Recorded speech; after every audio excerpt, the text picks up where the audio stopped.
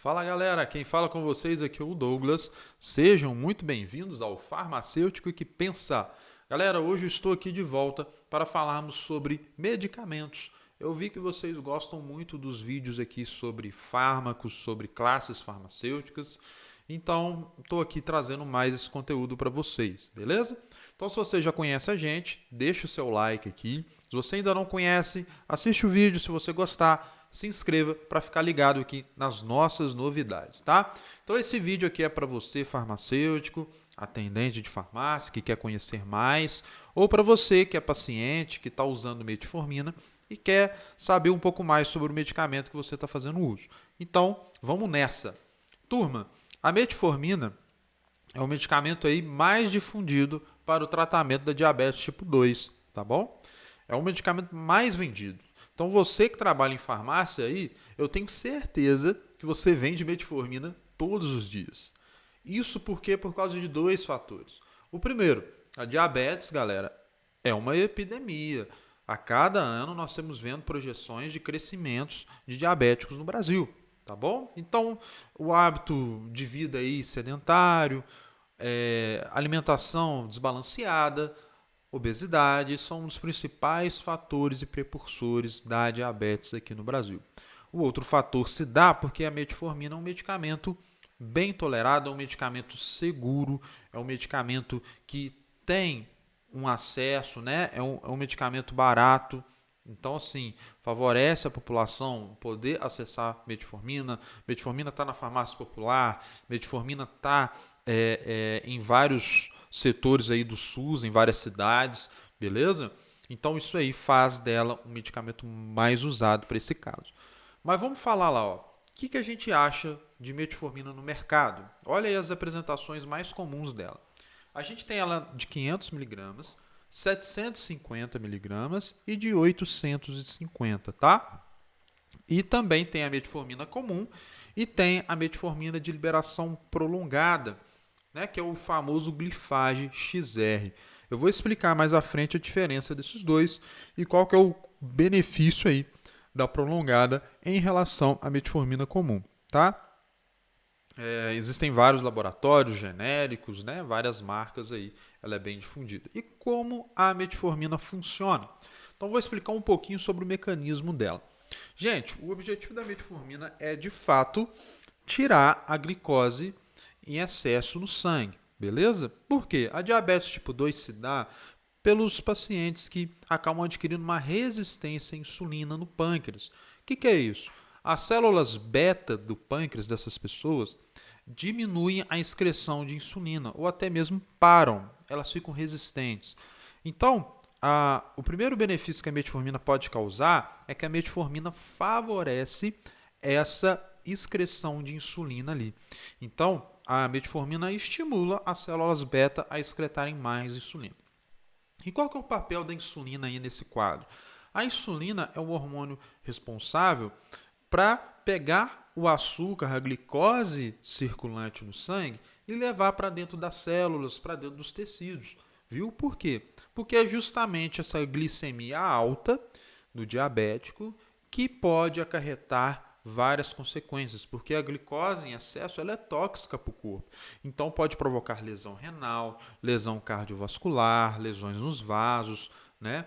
Lesões até mesmo neuronal, como neuropatia diabética. Então, turma, é recomendável, no caso de diabéticos, controlar essa glicemia para ela não ficar em excesso no sangue. Então a metformina ela ajuda aí também. Um outro lugar que o mecanismo da metformina vai favorecer é porque a metformina inibe a gliconeogênese. O que é isso, galera? A gliconeogênese é uma síntese de glicogênio. E o glicogênio nada mais é do que uma reserva de glicose que o nosso corpo tem. Tá? O glicogênio ele fica lá no fígado e a gliconeogênio começa a ser trabalhada quando nós estamos em jejum, quando estamos aí muito tempo sem comer, muitas horas, porque a glicose nós adquirimos elas de onde? Da alimentação. Então, do consumo de açúcares, do consumo de carboidratos, é lá que nós adquirimos a glicose e ela é utilizada pelo nosso corpo como energia para o metabolismo. Então, quando a pessoa está em jejum, para a glicose não baixar muito, começa a ocorrer a gliconeogênese. Então, a metformina ela vai ajudar, que ela vai inibir essa gliconeogênese, que vai levar mais açúcar ainda para o sangue. Beleza? Um outro fator que a metformina também atua é que ela aumenta a sensibilidade muscular da glicose. Ou seja, a glicose, galera, como eu disse, ela é uma energia. Então, os nossos músculos, para exercer as contrações musculares, eles precisam de muita energia.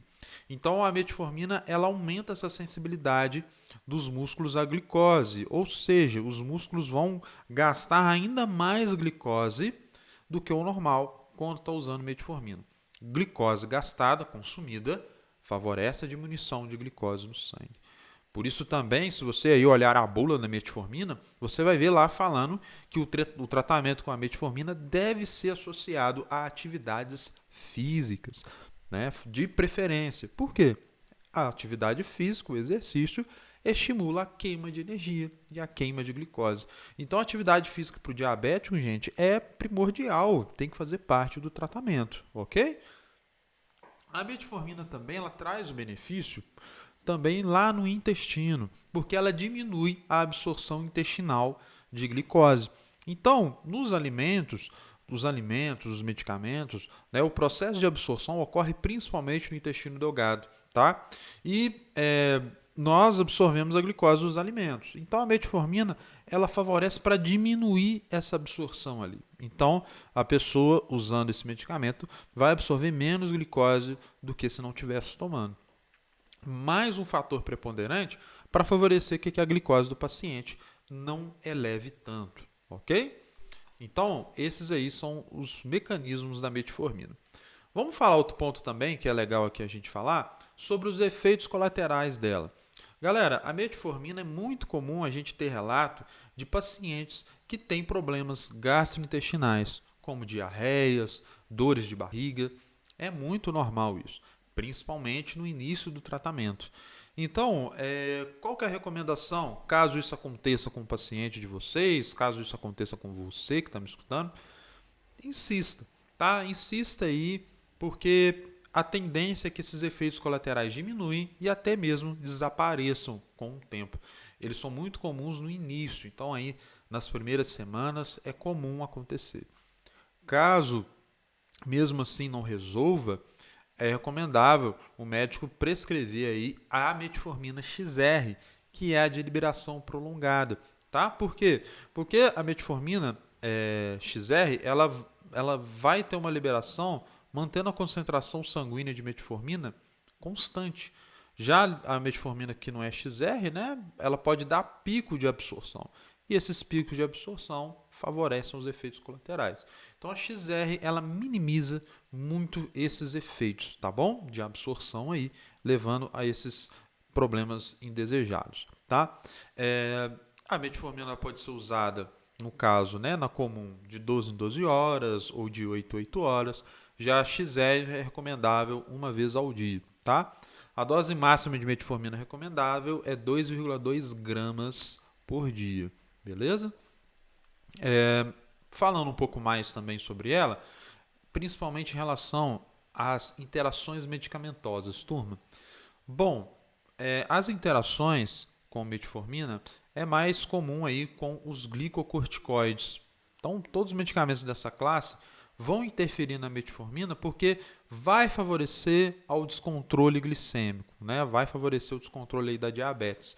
Então, não é recomendável, vai exercer essa interação. Como, por exemplo, a clorpromazina, que também, junto com a metformina, favorece, né, a maior exposição aí e diminui a efetividade da metformina, favorecendo que a glicose suba, tá? E também há interação com alguns diuréticos, tá? Mas é uma interação leve para moderada. Então, assim, o que tem que ser feito é fazer um monitoramento, monitorar o paciente, tá?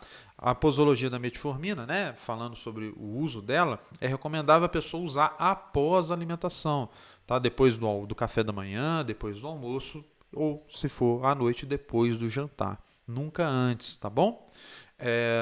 Então, turma, é isso, tá? Queria falar mais aqui, mas senão o vídeo vai ficar gigante. Vou deixar aí para uma outra ocasião. Falei aqui os pontos principais da metformina em relação a diabetes tipo 2. Se você gostou, deixa o seu like e fica ligado no Farmacêutico que Pensa. Valeu!